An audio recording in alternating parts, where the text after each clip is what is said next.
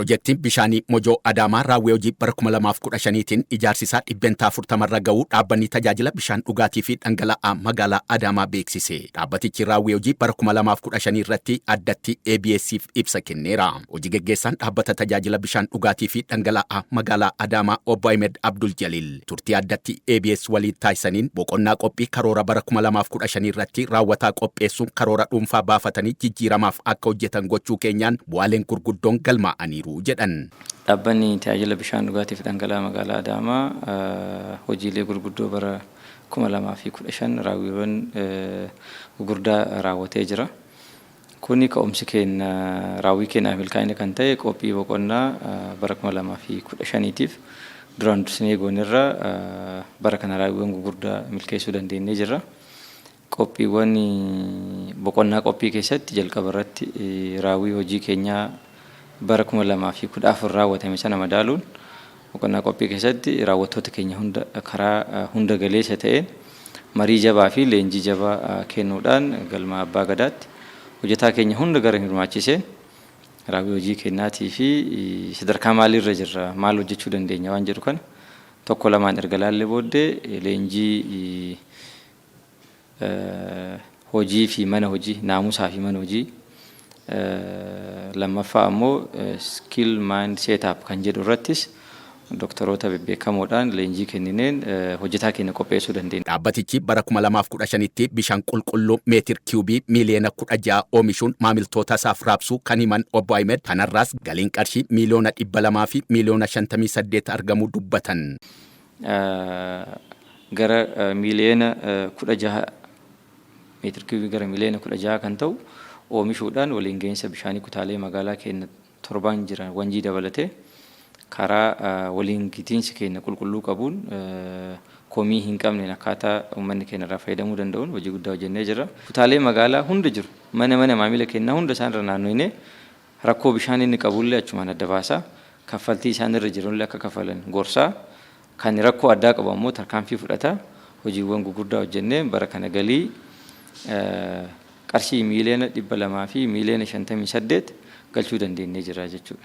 Rakkoo dhiyeessii bishaan dhugaatii magaalaa Adaamaa hiikuuf kallattii lamaan hojjetamaa jiraachuus ibsaniiru. Kallattiin jalqabaa bishaan jiruu qusannoo fi of eeggannoon itti fayyadamuu yoo ta'u, kallattiin lammaffaan immoo piroojeektii bishaanii Mojoo Adaamaa saffisaan akka xumuramu gochuun tajaajilaaf banaa gochuudha jedhan Obbo Ahmed. Hanqina dhiyeessii bishaan dhugaatii magaalaa Adaamaaf sababoota ijoo ta'anii kan turan hojii laabiyaajoo fi oomisha bilookeettii ta'uu himanii kanaaf bishaan dhugaatii akka hin fayyadamne tarkaanfii fudhatameen bishaan dheedhii laga Awaashirraa finnee naannoo warshaa qorqorroo Adaamaatti kuusnee akka itti fayyadaman gooneerraa kun immoo rakkoo dhiyeessii bishaan dhugaatii aga tokko fureera jedhan. Keessa namoonni bilookeettii oomishan bishaan dheedhii qopheessinee fi naannoo qorqorroo Adaamaatitti achirraa waraabatanii bilookeettii isaanii oomishatu konkolaataa isaaniillee isaan dhiqu jechuudha. Kanaaf itti fayyadamni bishaanii keenya nama bira gahuu irratti fooyyee qabaate jechuudha. Namni konkolaataaf kan naqu nama bilookeettiif itti fayyadamu qulqulluu sana bishaan dhugaatiif ta'u irraa dhaabnee bishaan dheedhii Awaashirraa finnee karaa malkaa Adaamaatiin wanjiidhaa gara magaalaa galchinee akka isaan fayyadaman taasifnee jirra.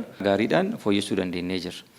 Inni biraa waliin gahiinsa lakkooftuu mana haaraatti bishaan galchuu komii garaagaraatu nu ka'aa ture waltajjiirra marii uummataarra hooggansa keenyarraallee nu ka'aa ture. Bara kana karaa fooyyee qabuun lakkooftuuwwan hedduu gara lakkooftuu 10,000 dhiyeessuudhaan yoo xiqqaate lakkooftuu gara 4,000 maamila keenya biraan geenyeerra. Lakkooftuu gara 3,500 ta'an ammoo suphaa geggeessuudhaan jechuudha. Lakkooftuuwwan dullooma waggaa dheeraaf turan jijjiiruudhaan uummata keenya bira akka inni qaqqabuu fi karaa qulqulluu ta'een galiin keenya akka idileedha. Piroojeektiin bishaanii Mojoo Adaamaa ijaarsi isaa dhibbentaa 18 irraa ture bara 2015 keessaa xiyyeeffannaa hooggansa olaanaa magaalichaa argatee hojjetamuu isaatiin yeroo ammaa kana ijaarsi isaa dhibbentaa 40 irra gahuu hojii geggeessaan tajaajila bishaan dhugaatii fi dhangala'aa magaalaa Adaamaa Obbo Ahmed Abdul Jalil ABS'tti himaniiru. Raawwii bara 2015 keessatti piroojeektiin keenya karaa Ministeera Deetaatiin kan olaantummaadhaan hoogganamu akka magaalaatti ammoo karaa kabajamoo kantiibaatiin kan hordofamu. Piroojeektii keenya akkuma beektan bara jalqaba naannoo fulbaana barii onkololeessa irraa akkuma marii waliin geggeessineen gara parsantii 18 irra ture. Rakkoowwan garaagara chaalenjiiwwan garaagaraatiin kan hudhamee turedha piroojeektichi. Rakkoowwan kana hiiknee gorsaa haaraa qacaruudhaan konsaltaantii kontiraaktara keenyallee irra deebinee marii jabaa gaggeessuudhaan gara hojii akka galan gooneerra ammatti naannoo parsantii 40 irra ga'ee jira jechuudha piroojeektiin keenya. Karoora piroojeektii Smart Adaamaa galmaan ga'uun kenniinsa tajaajila bishaanii ammayyeessuu fi dijitaalessuuf hojii hojjetameen kaffaltiin tajaajila bishaanii karaa teelee birriin akka raawwatamu ta'eera. Wiirtuuwwan kenniinsa tajaajila bishaanii hundarratti CCTV kaameeraa galchuun giddugala tokkorraa hordofuu dandeenyee jirra jedhan. Dhaabbanni tajaajila bishaan dhugaatii magaalaa Adaamaa hojii tajaajila lammummaatiinis namoota harka qalleeyyii 536 bilisaan bishaan dhiyeessaa fi jiraachuu kan dubbatan Obbo Ahmed maanguddoota irkoo fi gargaarsa hin qabne manni irratti jigeef mana ijaaruu fi barattoota maatii harka qalleeyyiif meeshaalee barnootaa gargaaruu cimsineetti fufneerra jedhan. Smart Adaamaadhaan wal qabatee dhaabbanni keenya gama kanaan hojii baay'ee boonsaa ta'e hojjetee jira. Keessattuu sirna itti fayyadama maamila kaffaltii bishaanii dubbisaa lakkooftuu tajaajila waliigala gara dijitaalitti jijjiiruudhaaf hojiiwwan waggoota lamaan dura jalqabaman jiru bara kana itti fufanii milkeessanii jira jechuudha. Kana keessatti akkuma beekamu WSIC yookaan ammoo siistama biilii keenya Itiyoo Telekoom teelebirriitiin maamiloonni keenya kan hamiyyuu mana isaanii ta'anii isaa 24 bishaan akka kaffaluu danda'an hojii kan dijitaaluu keessatti baay'ee hojjennee jirra.